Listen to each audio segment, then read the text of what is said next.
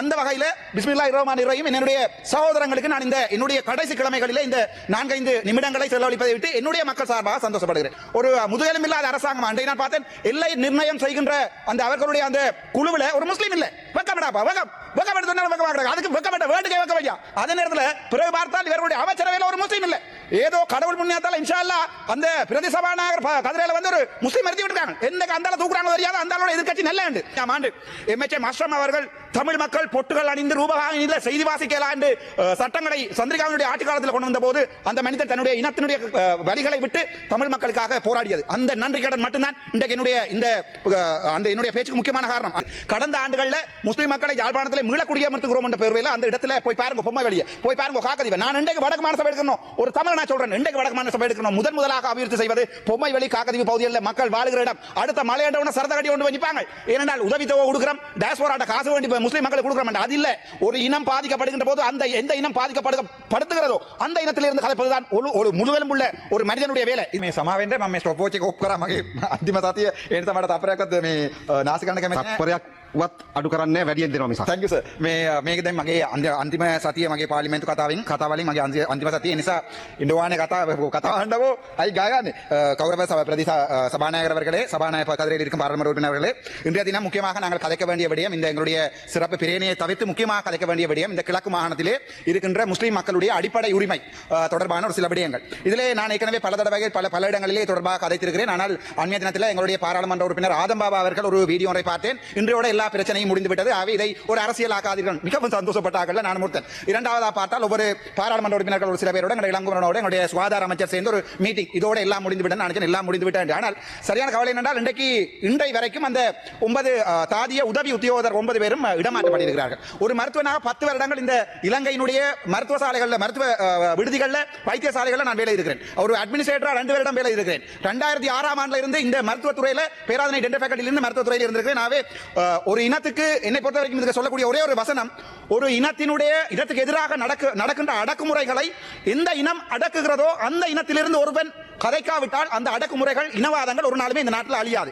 அந்த வகையில் பிஸ்மில்லாஹிர் ரஹ்மானிர் ரஹீம் என்னுடைய சகோதரங்களுக்கு நான் இந்த என்னுடைய கடைசி கிழமைகளிலே இந்த 4-5 நிமிடங்களை செலவழிப்பதை விட்டு என்னுடைய மக்கள் சார்பாக சந்தோஷப்படுகிறேன். நான் ஆரம்பம் தொடக்கம் சொன்னான், வடக்கு கல்முனை வைத்தியசாலையில் வேலைகின்ற வைத்தியர் சுகுணன் அவர்கள் மிக மோசமான இனவாதி. திட்டமிட்ட முதல் கருணாவோட அதுக்கு பிறகு ரணிலோட இப்போது அவர்கள் செய்கின்ற இந்த அரசியல், இந்த அரசாங்கம் ஒரு முதுகெலும்பில்லாத அரசாங்கம். அன்றை நான் பார்த்தேன், எல்லை நிர்ணயம் செய்கின்ற அந்த அவர்களுடைய அந்த குழுவில் ஒரு முஸ்லீம் இல்லை. வெக்கமடாப்பா அதுக்கு வெக்கப்பட்ட வேண்டுகை வைக்க வையா. அதே நேரத்தில் பிறகு பார்த்தால் இவர்களுடைய அமைச்சரவையில் ஒரு முஸ்லீம் இல்லை.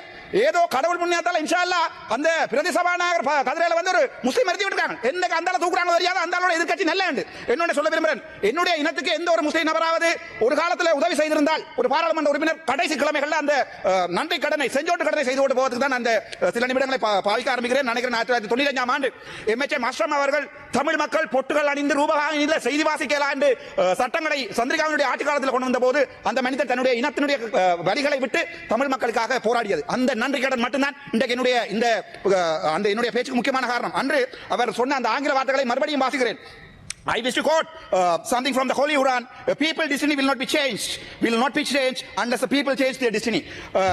சகோதர முஸ்லிம் மக்கள்கிட்ட நான் கேட்க விரும்புகிறது, என்னுடைய இனத்திலிருந்து உங்களுடைய இனத்துக்கு கல்லறியப்படுமாக இருந்தால் அந்த கற்களை எங்களுடைய இதயம் தாங்கிக் கொள்ளும். இதே நேரத்தில் நாங்கள் பாராளுமன்றத்தில் இல்லாத காலத்தில் எங்களுடைய இனம் நோக்கி உங்களுடைய முஸ்லிம் அடிப்படைவாதிகள் யாராவது எந்த இனவாத கருத்துக்களை தெரிவித்தால் அன்றைக்கு நாங்கள் எதிர்பார்க்கிறோம் உங்களுடைய பாராளுமன்ற உறுப்பினர்களை இந்த பாராளுமன்றத்திலே கதைப்பார். நான் இருக்க போவதில்லை, இந்த பாராளுமன்றத்திலே நான் இருக்க போவதில்லை. ஆனால் அன்று நான் எதிர்பார்க்கிறேன் வடக்கு மாகாண சபை வருமாக இருந்தால், இன்றைக்கு சொல்லுகிறேன் பொம்மை வெளி காக்கை தீவு பிரதேசங்கள் தான் வடக்கு மாநிலத்தில் அதிமோசமாக சுகாதாரத்துறை சீரழிந்த ஒரு பிரதேசமாக இன்று வரைக்கும் இருக்கிறது. கடந்த ஆண்டுகளில் முஸ்லிம் மக்களை யாழ்ப்பாணத்தில் மீளக்குடியமர்த்துகிறோம் என்ற பெயரில் அந்த இடத்துல போய் பாருங்க, பொம்மை வெளியே போய் பாருங்க காக்கதீவு. நான் இன்றைக்கு வடக்கு மாநில சபை எடுக்கணும், ஒரு தமிழ் நான் சொல்றேன், இன்றைக்கு வடக்கு மாநில சபை எடுக்கணும். முதலாக அபிவிருத்தி செய்வது பொம்மை வெளி காக்கதீவு பகுதியில் மக்கள் வாழுகிற இடம். அடுத்த மலையண்டவன சரதகடி கொண்டு வைப்பாங்க.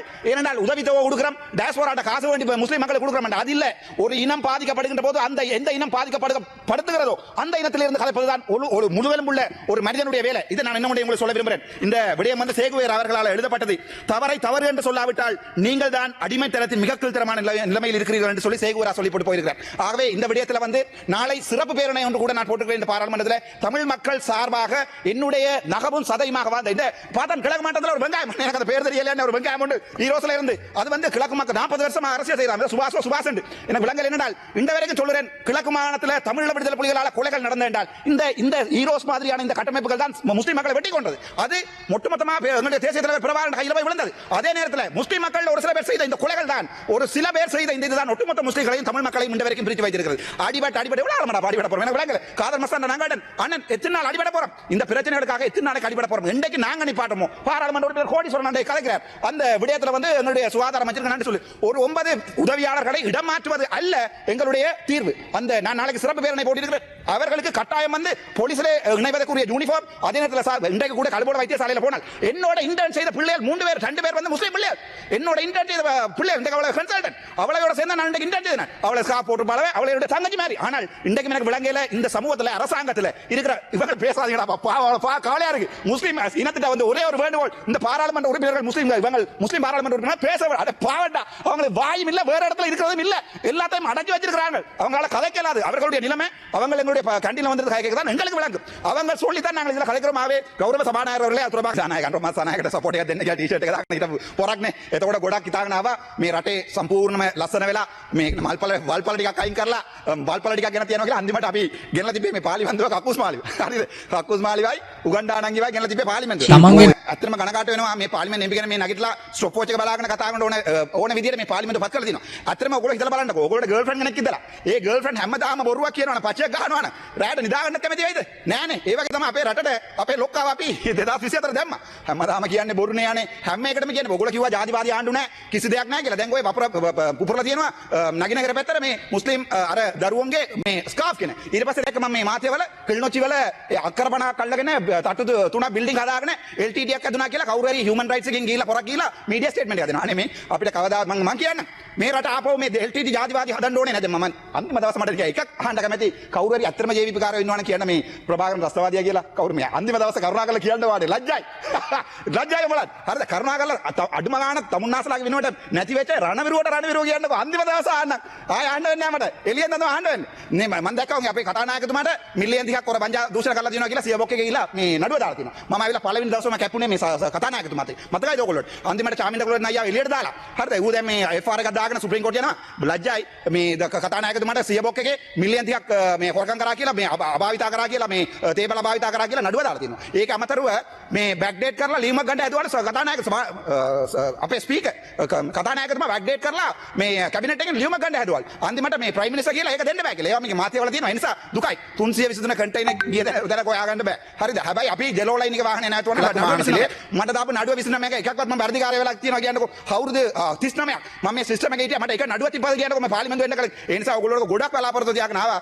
මම හිතන්නේ මේ පාර්ලිමේන්තුවෙන් නම් පළවෙනිම ඉවත් වෙන්නේ මම වෙන්නදී. අත්‍තරම හර්ද සාචි මම ඔයගොල්ලෝට මාර ආදරේ වෙලා හිටියේ. මාර බලාපොරොත්තුව තිබ්බා මේ පාර්ලිමේන්තුව වෙනකොට. අත්‍තරම කියන්න. මේ කියන රට සම්පූර්ණයෙන්ම ලස්සන වෙනවා කියලා. දැන් කවුරු කියනවා ඊළඟට අපේ වාහන ටිකක් අඩුම විලට ගරු මන්ත්‍රීතුමනි ඔබතුමාගේ කාලය අවසానයි. 9:29 හරි සර් මම තපරයිස දෙන්න. එතකොට අපි බලාපොරොත්තු මේ විත්ස් එක දෙන්න ඕනේ නැහැ ලක්ෂ 12ට. අඩුම ගාන විත්ස් එක ලක්ෂ 80ට 90ටවත් ගන්න පුළුවන් විදිහට මොනවා හරි හදා ගන්න ඕනේ. ડોක්ටර්ස්ලාට පර්මිට් එක දෙන්න ඕනේ. පුළුවන් නම් ડોක්ටර්ස්ලා ඔක්කොම පිටට බයිනවා. මමත් ඕන වුණ පිටට ගිහලා ජීවත් වෙන්න පුළුවන්. මට SLMC එකක් තියෙනවා. GMC එකක් එක්සල් එකක් ලියාගත්තා නම් යනවා පිටට. මේ කෝටි දෙකමාර කවුරු දෙකට පඩිය. අනේ පොඩ්ඩක් හිතලා බලන්නකෝ. අපි නැති කාලෙවත් මේක කියන දේවල් පොඩ්ඩක් හිතට අරගෙන ලබන වරදකට හරි මේ ડોක්ටර්ස්ලාට පර්මිට් එක දීලා 1200 ගන්න ડોක්ටර්ස් අපහලා තියෙනවා රටේ. හොඳයි ඔබතුමාගේ කාලය අවසానයි දැන්. ඒ නිසා පොඩ්ඩක් කල්පනා කරලා කල්පනාවෙන් වැඩ ගන්න. බොහොම ස්තුතියි. உடனுக்குடன் செய்திகளை பெற்றுக்கொள்ள யூடிவியின் யூடியூப் தளத்தை சப்ஸ்கிரைப் செய்து கொள்வதுடன் பெல் ஐகானை அழுத்தவும்.